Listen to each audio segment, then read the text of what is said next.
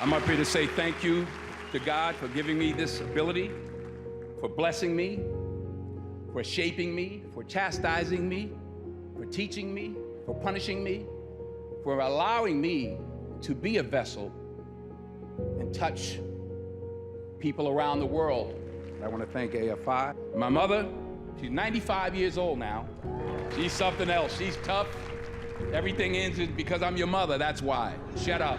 Still, the other day, because I'm your mother, that's why. Shut up.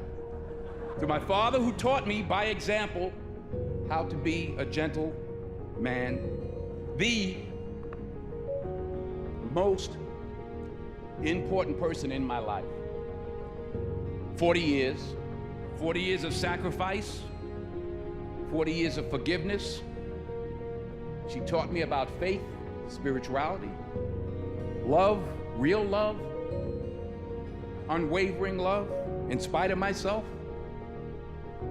I would not be alive without Pauletta Washington. I wouldn't be alive. Small minds discuss other people, gossip. Good minds discuss events. Great minds discuss ideas. Our mean world that we've created for our children. The least we can do is consider what we've done and think about the young people, the future, and individually, collectively do the best we can to try and turn this thing around. I blame no one. I look in the mirror. On the other side of it, what an opportunity we have, because tomorrow's the first day of the rest of our lives. So what an opportunity we have to practice what he preached.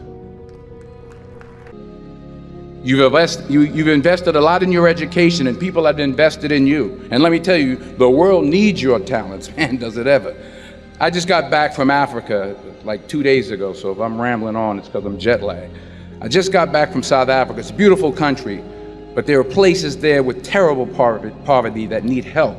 And Africa is just the tip of the iceberg. The Middle East needs your help. Japan needs your help. Alabama needs your help. Tennessee needs your help. Louisiana needs your help. Philadelphia needs your help. The world needs a lot, and we need it from you. We really do. We need it from you young people. I mean, I'm not speaking for the rest of us up here, but I know I'm getting a little grayer.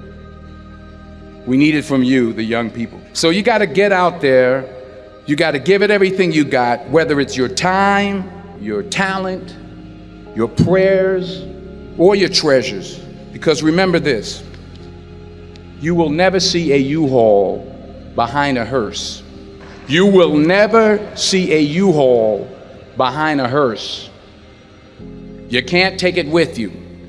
The Egyptians tried it, and all they got was robbed. So the question is, what are you going to do with what you have? I'm not talking about how much you have. Some of you are business majors, some of you are theologians, nurses, sociologists. Some of you have money, some of you have patience, some of you have kindness, some of you have love. Some of you have the gift of long suffering, whatever it is, whatever your gift is. What are you going to do with what you have?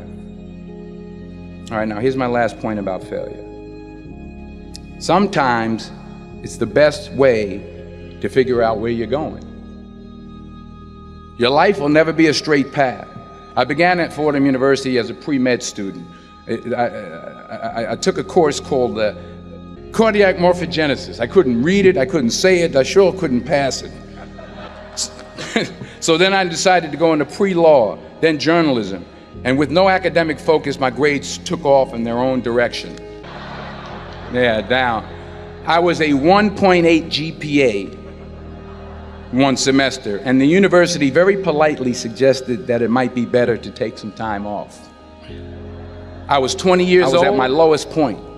And then one day, and I remember the exact day, March 27th, 1975, I was helping my mother in her beauty shop. My mother owned a beauty shop up in Mount Vernon. And there was this older woman who was considered one of the elders in the town. And I didn't know her personally, but I was looking in the mirror, and every time I looked at the mirror, I could see her behind me, and she was staring at me. She just kept looking at me. Every time I looked at her, she kept giving me these strange looks. So she finally took the dryer off her head and she said something I'll never forget. First of all, she said, "Somebody give me a piece of paper, give me a piece of paper." She said, "Young boy, I have a prophecy, a spiritual prophecy." She said, "You are going to travel the world and speak to millions of people." Now, mind you, I'm 20 years old, I'm flunked out of school. In fact, like a wise ass, I'm thinking to myself, maybe she's got something in that crystal ball about me getting back into school next fall. But maybe she was on to something, because later that summer, while working as a counselor at the YMCA camp in Connecticut, we put on a talent show for the campers. And after the show, another counselor came up to me and asked, "Have you ever thought about acting? You're good at that." So when I got back to Fordham that fall, I got in and I changed my major once again for the last time. And in the years that followed, just as that woman prophesied, I have traveled the world and I have spoken to millions of people through my movies.